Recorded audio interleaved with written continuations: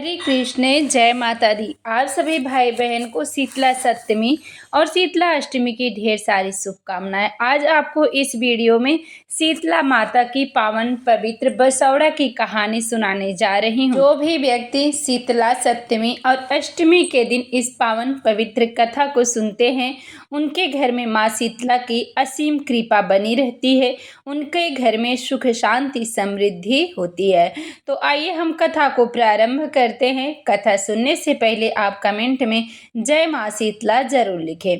बसौड़ा पर्व की कहानी के अनुसार एक बार शीतला माता ने सोचा कि चलो आज देखूं कि धरती पर मेरी पूजा कौन करता है। ये सोचकर शीतला माता राजस्थान के डूंगरी गांव में पहुंची और देखा कि इस गांव में उनका कोई मंदिर नहीं है और ना ही कोई उनकी पूजा करता है। माता शीतला गांव की गलियों में घूम रही थी कि तभी किसी ने गलती से उन पर चावल का उबला पानी फेंक दिया। इससे शीतला माता के शरीर में फफोले पड़ गए और माता का पूरा शरीर जलने लगा। शीतला माता गांव में इधर उधर चिल्लाते हुए भागने लगी, कोई मेरी सहायता करो। लेकिन उस गांव में शीतला माता की सहायता किसी ने नहीं की। लेकिन वहीं पर अपने घर के बाहर एक कुम्हारन महिला बैठी थी। लेकिन जब उस कुम्हारन की नज़र बूढ़ी माई पर पड़ी तो उसने कहा, हे माता, तू यहाँ आकर बैठ जा। मैं तेरे शरीर के ऊपर ठंडा पानी डालती हूँ जिससे तुझे आराम मिल जाएगा। कुम्हारन ने उस बूढ़ी माई पर खूब ठंडा पानी डाला और बोली, हे माँ, मेरे घर में रात की बनी हुई रावड़ी और थोड़ा सा दही रखा है, तू दही रावड़ी खा ले, इससे भी तुझे आराम मिलेगा। माता शीतला ने ठंडी ज्वार के आटे की रावड़ी और दही खाया तो उनके शरीर को बहुत ठंडक मिली। फिर उस कुम्हारन ने कहा, माँ बैठ जा, तेरे सिर के बाल बहुत बिखरे हैं, मैं तेरी चोटी गूंथ देती हूँ। कुम्हारन माई जैसे ही चोटी गूंथने हेतु बालों में कंघा करने लगी तो उनकी नजर बूढ़ी माई के सिर के पीछे पड़ी तो वो आश्चर्य में पड़ गए। कुम्हारन ने देखा कि एक आंख बालों के अंदर छुपी है। यह देखकर कुम्हारन डर से घबरा कर भागने लगी। तभी उस बूढ़ी माई ने कहा, बेटी तू डर मत, मैं कोई भूत प्रेत नहीं हूँ, मैं शीतला देवी हूँ।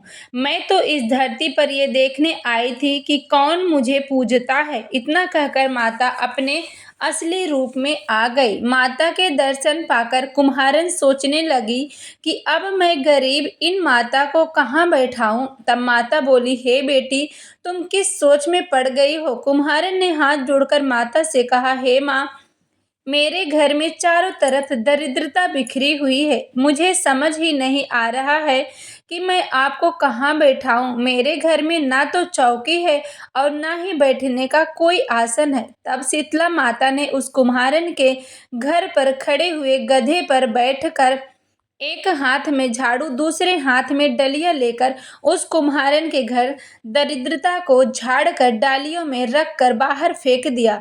फिर उस कुम्हारन से कहा, हे बेटी, मैं तेरी भक्ति भाव से प्रसन्न हूँ। अब तुझे जो भी वरदान चाहिए मुझसे मांग ले। कुम्हारन ने हाथ जोड़कर कहा, हे माता, मेरी इच्छा है अब से आप इसी डोंगरी गांव में स्थापित होकर यही निवास करें और जिस प्रकार मेरे घर की दरिद्रता को आपने झाड़ू से साफ कर दिया है, वैसे ही आपकी जो भी भक्त चैत्र कृष्ण पक्ष की सप्तमी को पूजा करें और अष्टमी के दिन आपको ठंडा जल, दही व बासी ठंडा भोजन चढ़ाएं। उनके घर में दरिद्रता का कभी वास ना होने पाए और आपकी पूजा करने वाली महिला का अखंड सुहाग बना रहे और उसकी गोद हमेशा हरी भरी रहे।